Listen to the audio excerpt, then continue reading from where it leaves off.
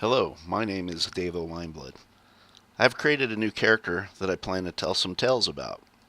I introduced this character yesterday on my favorite online community, steamit.com. You can find other works by myself there under my @dwinblood blog. I believe it to be the greatest community on the internet. Come join us. With that said, this begins as follows and is narrated by myself. Character sketch, fiction, Andalus Colane Wardson. Let's see where this goes. Wardson number 1. I spend a lot of time in the dark. You would think after years of walking in the shadows that I would be used to it by now. I don't think that is likely to ever be the case. What I see in the dark is not that which regular people willingly see. They catch glimpses of it and their mind frantically scrambles to make sense of those momentary visions. It becomes the stuff of legend. It is the seed from whence nightmares are born. To see these shadows without understanding them and accepting them is also the place where madness dwells. Those who are unwilling to accept a simple basic truth will instead momentarily gibber in fear, and their mind will be for but a moment shattered and grasping frantically for something that is known, familiar, and that makes sense. Sometimes the vision lasts longer than a normal mind can handle, and all that is left is a raving husk in a straitjacket locked somewhere in a padded room. Fortunately, most cases are shorter, and they are explained away as seeing things, having a fever, bad food, being dosed in a drink from a bar, or as history has so commonly done, it has led to religion. I am not normal. I didn't know this for a long time. I thought that what I saw in the shadows was normal. I didn't try to put a label on them. I just saw the shadows, watched them, and treated them like normal people would treat watching flies, birds, butterflies, and moths. They were there, and they were part of the normal ecosystem of the world. I was a ward of the state, as my parents, well, really I can't say much about my parents. I didn't know them. My earliest memories all took place in various state-run orphanages. My name itself was odd. I knew this, as I was certainly teased about my name. I don't know quite where this name came from. My first name was Andalus, and I was equally fine with going with Andy or Dallas, depending on what people chose to call me. With an odd name, you quickly learn to not be too attached to the true name you bear. Only those who you are closest to actually matter when it comes to a name. As an orphan, I learned, as most orphans do, the heartache of becoming close to people to only have them leave. Whomever it was that gifted or cursed me with my name also gave me a middle name. That name was Colane. I would play mental games about this name growing up when I saw how people would torture and tease over Andalus. So as they would come up with Andy and Dallas, I took to the mental game of what I could do with Colane. With that came my mental names, Cole or Lane. I like to imagine myself having different personalities depending on which aspect of my name I wanted to inhabit. I wasn't a mental patient with multiple personality disorders. This was something I willingly chose to do. For me, it was a mental exercise. It was like putting on different clothes or costumes. My surname of Wardson, I've always thought came from me being a male ward of the state. For now, let's just assume that is the case.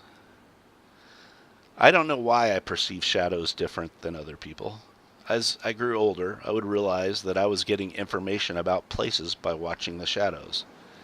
And sometimes I could learn things about people by the shadows that would bleed off of them and take on a life of their own. I didn't fear shadows. I did not try to label them. I simply accepted them as part of reality. Later, I would begin to speculate that the reason other people didn't see them is because their mind would try to label them and force them to fit into what they perceived as reality. It would cause great fear in them. I had witnessed people screaming and backing away rapidly from shadows, and then listened to them talk about seeing ghosts or shadow men, etc. These things they labeled did sometimes fit, what they encountered if a label must be given. Yet sometimes that was not even close to what had actually been there. That was simply the convenient description their mind that was dancing around insanity eventually settled on in order to let them calm and be comfortable with their reality again. What I witnessed during their times of madness taught me much. People make shadows, and they don't know it. Those shadows can be almost mindless, but sometimes they can have a very distinct purpose, and the person that gave them birth has no idea of their existence. I do. I see them. It is not something my mind shuts off like it does theirs.